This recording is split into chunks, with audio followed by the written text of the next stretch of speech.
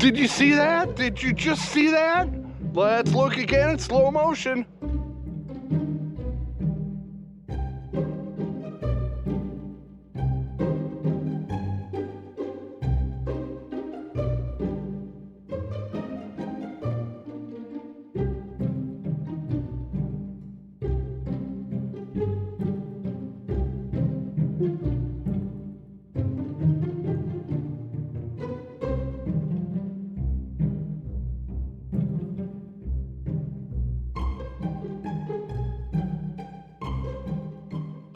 That was a coyote in my yard right here.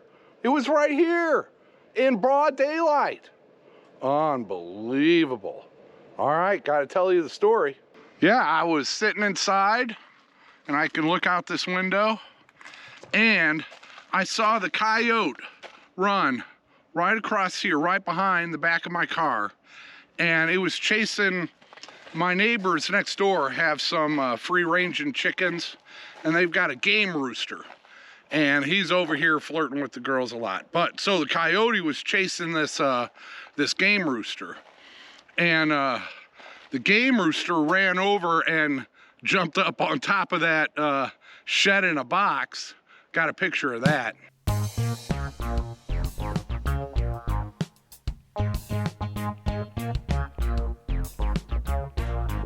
Yeah, he's not a dumb boy. And he got up there, he stayed up there for a good half an hour too before he got home. But so what you saw was, you know, I saw it run back here. Hi, Fifi. She was inside, no worries about her. But I grabbed my camera real quick and turned it on, so I didn't get much footage of him. But he ran up here, probably looking for that rooster. That rooster probably hightailed it around my car and then headed that way, but the coyote didn't see it head that way. So the coyote headed over there, and then I caught it running back here, and then it got behind my Toyota here, and I turned the camera off because I was, you know, I'm worried about my chickens and everything. So yeah, that's the only footage I got of that coyote. So yeah, coyote scare on the Homestead today. Yeah, that was pretty wild. That was 10 o'clock this morning. About 10 o'clock this morning. I have seen 2 other coyotes since I've been in Arkansas over the past 7 years. One of them was, I was living at the old place in Havana, and I was coming home right at dark, and it was running right alongside the gravel road. So that was the first coyote I saw. And then also when I was living at Havana, at one point it was, you know, right before dark, and I saw a coyote running across the field, you know, across from my house over there in Havana. So those were the only 2 coyotes I saw, and it was right, you know, right as it was getting dark. This was 10 a.m. in the broad daylight, and yeah, you know, my camera was right there. So, you know, that was my instinct to try to capture it. So I got a few seconds of it. And I took some screenshots of it. And it's amazing how the coyote colors blend right in with the winter, you know, dead foliage around here. I found that, you know, nature, dudes, it knows what it's doing. But yeah, luckily my fences were on. I came outside immediately. I went around and checked everybody because I got like that naughty hen. I just had to clip her wings. You know, if she had been on the outside of the fence, then you know, she'd have been fair game, so to speak, for that coyote. So yeah, in fact, I'm worn out now. I've got another rooster, a rooster in that same flock as that hen. They were flying over. Yeah, that's a whole thing. But so I spent about 15 minutes chasing him with a net so I could clip one of his wings because he's been getting out too much.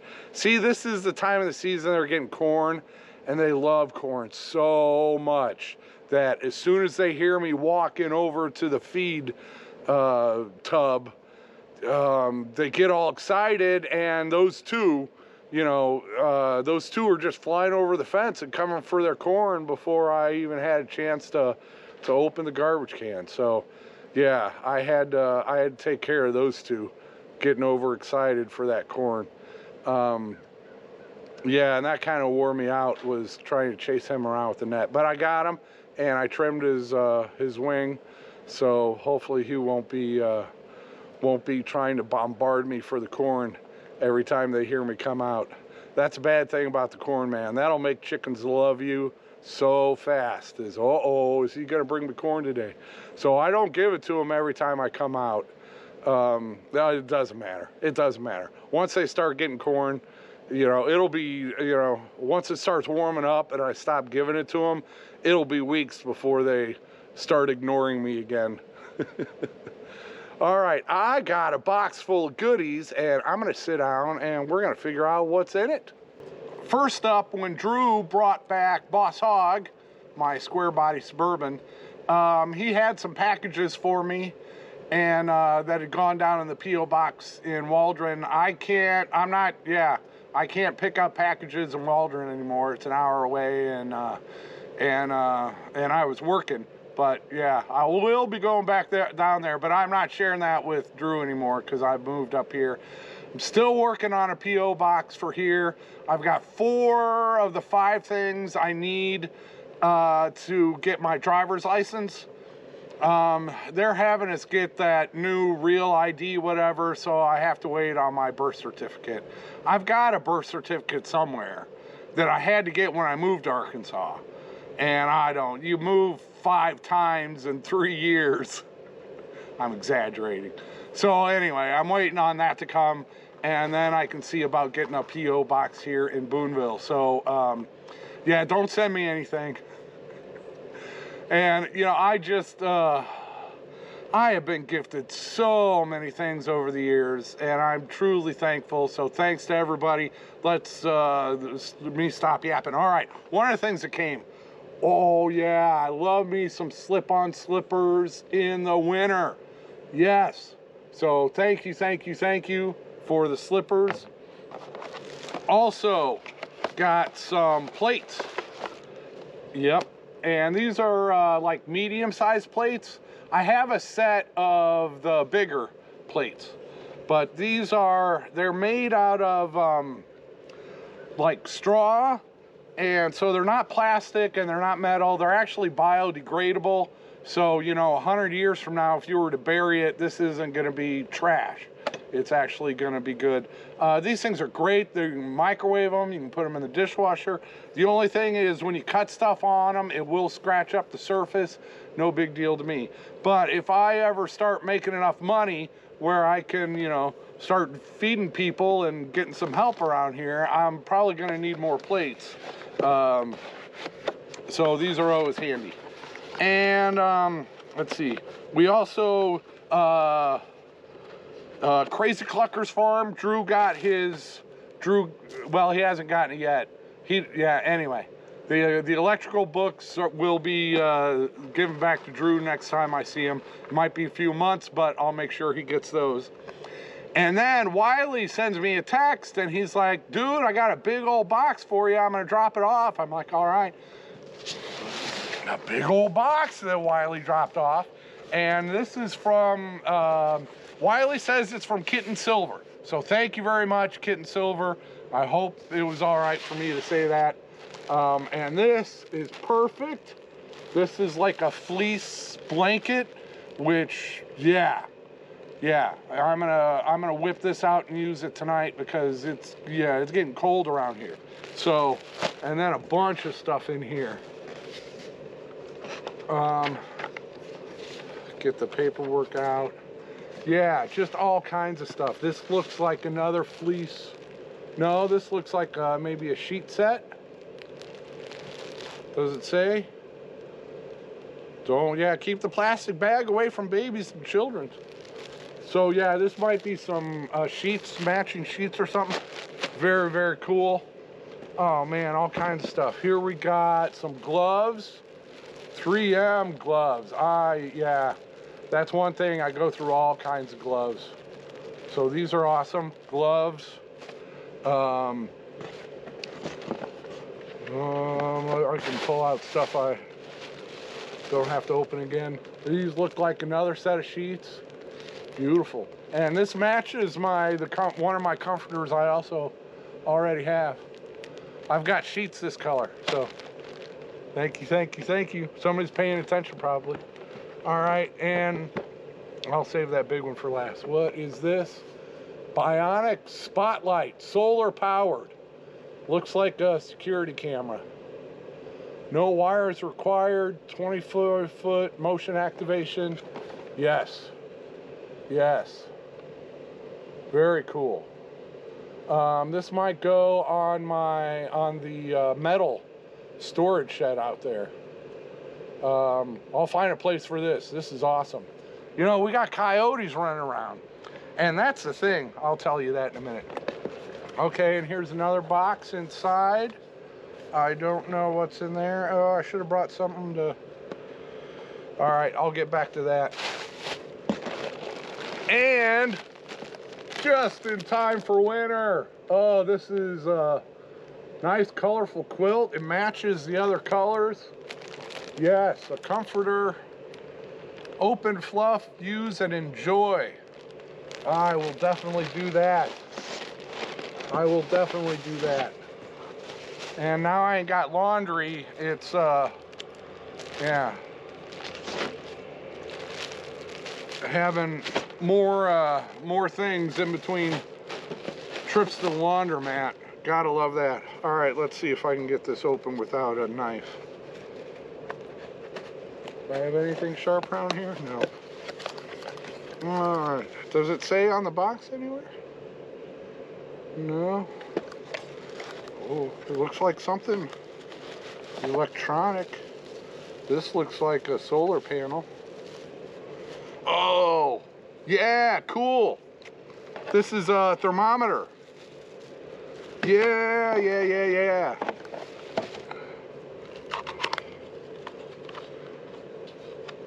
All right, let me pull this.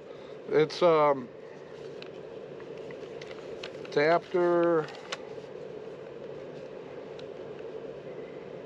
Weather station. Yeah, it's a weather station. This is really cool. I love these things. Oh, there goes Hunter on his little moped. This is a weather station.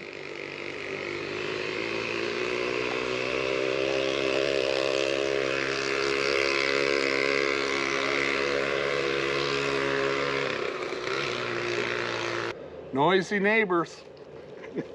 Yeah, very cool weather station. Thank you so much, Kitten Silver. The more of these I have, I love, you know, having one for outside. I'd like to have one out in the, once I start raising baby chicks, I'll have them in one of those portable shed things. And I'd like to know what the temperature is in there. So yeah, having these are very, very helpful on a homestead. Thank you. Right, Fifi? All right, thank you so much. There was another package. I wasn't sure if that one was for me or Drew.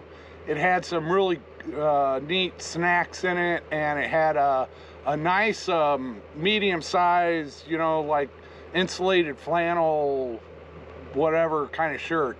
But I'm more of a 2XL than a medium, so that'll be going to Drew. And I hope I didn't leave anything out. I probably did. I apologize. But yeah, thank you so much, Kitten Silver, and other folks for the slippers and the plates, and all very useful. I like that. I like the useful things. I'm still working on my P.O. box, but I'm not, you know, I don't want to be a burden on anybody. That's like one of my principles of my life is I don't want to be a burden on people. So yeah, but I thank you, and I do appreciate everything. I can probably tell you a little bit more about the free-range chickens next door. He bought a bunch of female, baby chicks at Tractor Supply, and all but one of them turned out to be boys. So you've probably seen over at Jenna Wiley's Our Mountain Home, they've got 2 or 3 of the roosters. They're all grown up now. And So they kind of adopted Jen and Wiley, and they've been living over here. And then he had a few that were running around here. And then he was gifted some game hens, well, game birds, a rooster and a few hens. And, you know, those are flighty. They're wild. They're wild. They're cute little, you know, cute little chickens, but they're wild. And one of them is actually, I'll try to get her on camera someday, but they're very skittish. They won't let you get near them. So he got one rooster and then some hens with that. And one of the hens is just, she decided she's going to live over here. She roosts in the trees, and then she's small enough that the electric fence, she doesn't have enough mass for it to shock her. So she can just squeeze through the electric fences, and she's cute. Little brown, oh, I got a little brown wild type feather color. But yeah, she goes and gets all of her food and visits all the different flocks, and so she's cute. But then the game rooster, yeah, I got a picture of him when he was getting chased by that coyote up there. He's a duckwing, so he looks a lot like my white and true blues, except he's smaller. But what's been happening is he's started losing some of those extra roosters. He just free ranges them and they roost up in the trees.